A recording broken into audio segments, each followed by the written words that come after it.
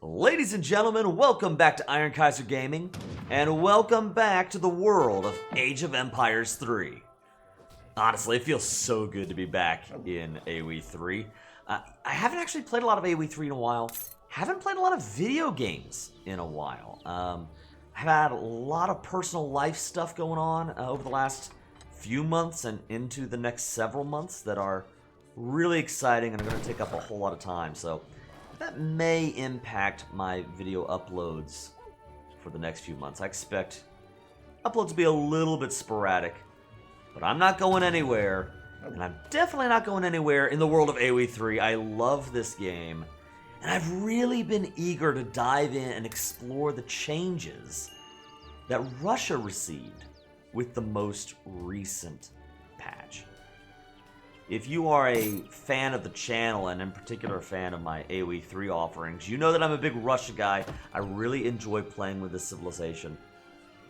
And if you watched my most recent video, the patch breakdown that came with the most recent patch, Russia received some really interesting changes. Some relatively minor ones, but the kind of changes that I think could snowball into something very interesting. As the early game is spooling out here, my explorer, Gerasim Chirikov, is going around collecting some food treasures.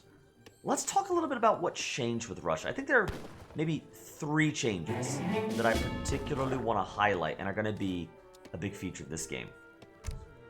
As we pull up my own personal build here, you'll see 2 new cards, one of which right here, the Treaty of Mozhask. It costs 350 food, but it sends 4 Royal Huntsmen. And you can train even more from the Royal Embassy. Alright. Now, the Royal Huntsman is kind of a military unit, but also can serve as a villager for the purposes of hunting game out on the field. Alright, so in my mind, I'm looking at this as like a ship for villagers card. And that's crazy because, you know, Russia doesn't get access to, you know, a shipping villager card. But now they do, in a way, with Treaty of Mozhask. Then, in Age 3, we have access now to the Russian-American Company. We're going to get 2 blockhouse wagons, and our villagers are going to gather food from huntable animals even faster. And yes, that does include the Royal Huntsman. So we've got some really interesting synergies here, a really cool 1-2 punch. And food is so important for the Russian economy. It's so important for the Russian army, especially with the change to the Poruchik. It's kind of the Russian pikeman halberdier unit, right? That unit now costs less gold, but more food. And that makes life a lot easier when you're able to just throw so many villagers onto food, supercharge your food economy. You double down with the Mozhask Russian-American Company combo. You could do some really cool things here. I've also got Spice Trade in my deck. This is a very greedy kind of deck. But Spice Trade lets your villagers, and again, your Royal Huntsman, gather food from hunted animals faster and causes them to last longer. So you're getting a lot more from your huntable units. Really cool 1-2 punch. We'll talk a little bit. We'll see how it plays out in this match. But yours truly in the blue, playing as Russia. And I'm going greedy. This is on purpose a very slow age up to age 2. But you know, I've got villagers on wood, or I had them on wood, in order to afford an early trading post. I'm getting up an early market so that I can get hunting dogs. Right? Playing very greedily.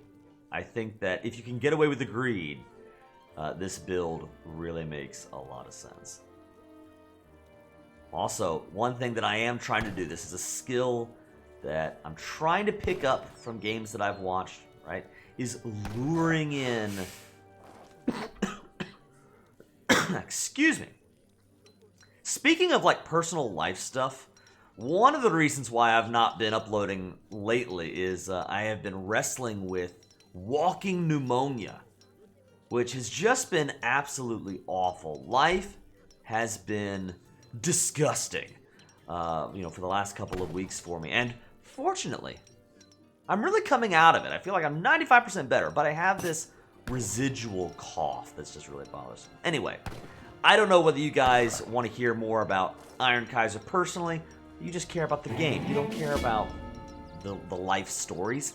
I don't know. Guys like T90 really thrive and have built a community around the personal life stuff, but not everybody's into that. So either way, we'll dive back into AoE 3 here. So this is a really greedy opening. My opponent, Hellhammer in the red playing as India, will almost certainly get up to age 2. Well, in fact, he has gone up to age 2 faster than I have. He's got 15 vills, though, to my 20. So, you know, that's got to count for something. It seems like I might have a stronger eco by the time I do hit age 2. Not to mention, I've got that trading post trickling in. Sweet, sweet XP for me. I do have, at this point, if I'm not mistaken, I do have hunting dogs I picked up. Yeah, pretty sure that's hunting dogs. So a really nice setup here. Now, the temptation is to go all in on the eco, but I have found that getting pressure out early is a really big deal. Right, and as I'm picking up, I teched up to the next age with the wood politician, getting in 400 wood. I like that opening. I find that wood can be difficult to collect early on, so yeah, getting wood to sort of supplement your food-focused economy makes a lot of sense. Anyway, getting out military units should be a priority. Putting pressure on your opponent is a really good idea. You put pressure on him, you can't put pressure on you. And I've just lost a bunch of games by focusing on economy too much, and especially my community's been telling me, Kaiser, you know, these cards like, for example, I don't know, Spice Trade or Advanced Arsenal, Reform Czar, these are really good cards, but they don't do anything for you initially, and in the early game, you're getting so much value out of getting 5 Cossacks or 6 Poruchik down immediately. As I am attacking my opponent, he is now trying to hit me at the same time with Rumeliuts and combined that with Sowars. Fortunately, I've got my town center, I've got a blockhouse ready to go right away, and the Poruchiks come out just in time to scare off my foe. Meanwhile, this is not, you know, I would love to pretend that I'm some sort of master strategist, but honestly, you know, what I did in this, I guess, is kind of good strategy. I just selected them and clicked into the back of his base and let the Cossacks kind of find their targets themselves. They happened to find a good Vil kill there. And now I'm able to spin off. I split my cavalry in different directions because I'm just trying to scare him, you know? I'm just trying to idle his economy, make life a little tough for him. He's got 21 vills to my 26, so I feel pretty good in that sense. This Cossack is running away for dear life. Now, if I can get him with the Poruchiks before he sees it, that would have been good. Unfortunately, he does see it. But wait! He goes back in! Alright, boys. It's time. Let's get some kills. Alright, one of the Rumeliuts is down. One of the Sowar down too. So that's 2 kills for 1 Poruchik right there. And again, yeah, look at this. Getting some good raids in with the Cossacks. This pressure is enabling me in the background to pick up Ecotechs, try to get in. Oh, look, I didn't even notice. I've already sent, in the background, while all this fighting is going on, I have the Treaty of Mozhask. These Royal Huntsmen, they're not fighting right now, but they're going to be superstars of this show. They're in the background collecting food. 1.9 food per second. 1.09 food per second, I should say. Then excuse me. The Poruchiks are not any... I'm sorry, the Royal Huntsmen. They're not any faster than your average Vil. They work at the same rate. But you can use that, to, again, either to supercharge your food eco, or putting the Huntsman on food lets you peel off, you know, villagers from food onto gold or wood. and really lets you diversify your economy in a very cool way. The Poruchiks are included in the Vil count, I have discovered. Yeah, 32 plus 4, so we can see their impact right there. 36 to 26, I've got a 10 Vil lead. That's not entirely because of the Royal Huntsman. Of course, I have gotten a couple of kills with the Cossacks, but it wasn't too much. The Lumeliot wanting to fight, but I think a 3v1 fight I actually would be willing to take. And I'm going up to age 3. He's not there yet. And I get the feeling with the pressure that I've applied, and I know that he's sort of on the back foot, I'm going up with the Bishop. That is to say, I'm going up with an extra town center. And that will just let me spin off this superior economy into an incredible eco lead. I can just use that to hammer away at my... I can see that he's going Gurkha. That's light infantry, right? So, cavalry would be a really good choice here. And I've lost a lot of games as Russia by going all in on the barracks and not really using the stables at all. And that's a mistake. The Cossack is a good unit. A very population-efficient unit. Dang. That Hindu villager gets away with 5 HP. But I've got up double Cossacks, and I'm realizing, especially with the intel that I'm getting from my raid, and I see how many Gurkha he's going into, cavalry would make a lot of sense. It wouldn't surprise me if he's thinking, you know, Russians about to go all in infantry, so you know, the Gurkha make a lot of sense. And it would be if I was going infantry, but I know the game plan. I'm picking up spice trade now, which is just going to be so helpful. Faster food eco, more resilient food eco, you know, it's just more durable. It's going to last longer for me. 1.26 food per second. Yes. I'm going to take my second town center, come over here and claim these resources. It's a little risky. If my opponent happened to send an army out over here, it could be problematic. But this works for me. I'm building a church because in the back of my mind, the reformist czar, and in particular, westernization is one of those texts that I really enjoy. I think as Russia, you like to mix in different kinds of units. Cossacks. I think for me, Cossacks, Strelets, Recruits, and the Poruchiks now. I'm really learning the value of the Poruchik. I like to mix them all into my army, and so being able to upgrade them all at once with one tech feels really, really nice. But that's not what I'm going to pick up now that I'm in age 3. If I were really trying to be aggressive, you might think, well, maybe Falconets, maybe Recruits. But, again, at this point, I feel like I can get away with the greed, especially with this attack coming in.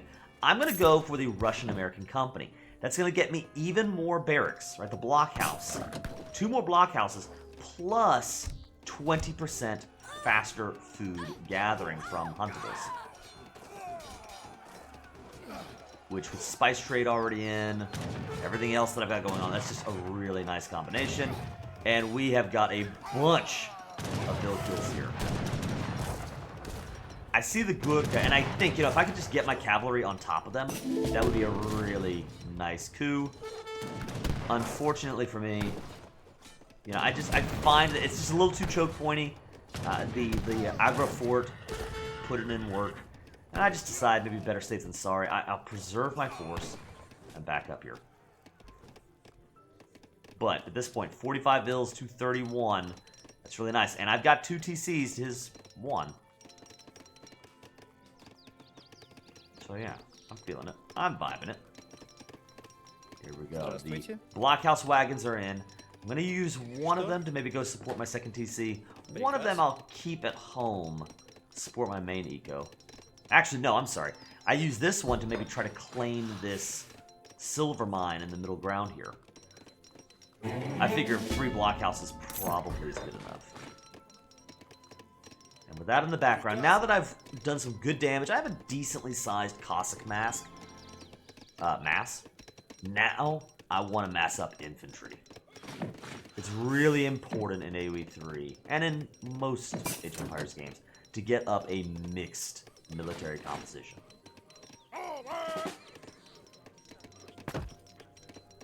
Frontier Blockhouse coming in just to make my blockhouses even stronger. They will hit harder, be more durable. If I'm relying on them for defense, not relying, but if I'm using them for defense, it's the technical go.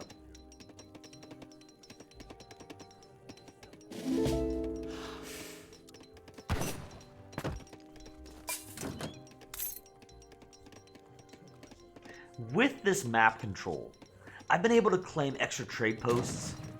I've been able to claim different parts of the map, and I've just been able to spread out and really take advantage of the Royal Huntsman. Including, I forgot to mention this by the way, one of the other benefits to the Royal Huntsman. You don't just get 4 villagers, right? But you can also throw down your Royal Embassy, and you can train, if I'm not mistaken, it's 4 more. No, it's 3 more. 7 total.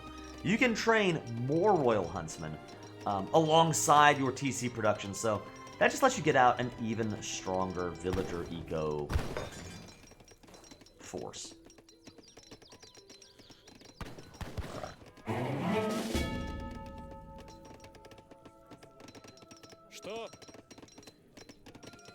You just gotta love, with a strong eco like this, and you've got 5 barracks, you're gonna be able to mass up a lot of recruits really quickly. The Disciplined Howdah, really annoying. I had thought, you know, like, again, you'll see, thanks to my Better Units description mod, you will see that this is a light cavalry unit, good against heavy cavalry and artillery. So I'm thinking, okay, well, you know, I'll use infantry and I'll scare away the light cav. And yes, but no. I mean, they move faster than the recruits do, and they're able to just run, kill, run, kill. It's annoying. He's gonna get, he's getting into my back line with, you know, it's always a bad situation. You feel like such a klutz in AoE when you've got 43 units chasing 4 units, right? That's always scary because you got to be thinking, you know, where's the rest of Hellhammer's army? What is he up to, right?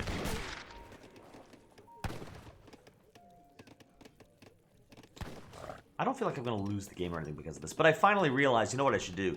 Even though light cav are better against heavy cavalry, send the heavy cav in anyway because they have the movement speed to actually catch up to the Howdah, and if you can snare them, you can slow them down, that'll let the recruits get the job done. Check this out, this is a really cool moment. One of the reasons I love the Royal Huntsmen, they're not just villagers, they have army-worthy stats. Right? I mean, they're almost as good as you know, the recruits, right? So they can put on some serious damage, and they are helping to knock out these Howdah. A really great move.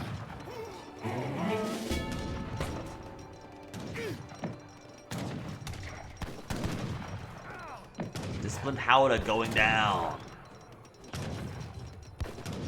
Now what's he up to? Again, we got a Gurkha mass, which I would love to jump on like Cossacks.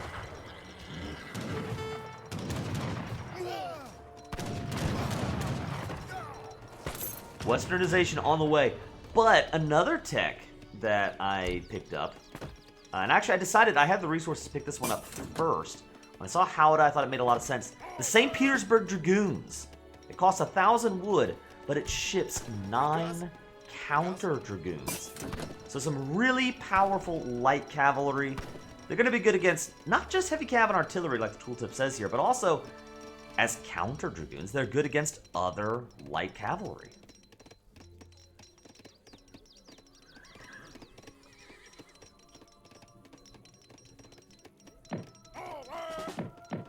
Russia. Looking just really, really strong. You let them get to this point, and with the pressure having been successful like it has, ooh, a second town center coming up for Hellhammer. I like the idea,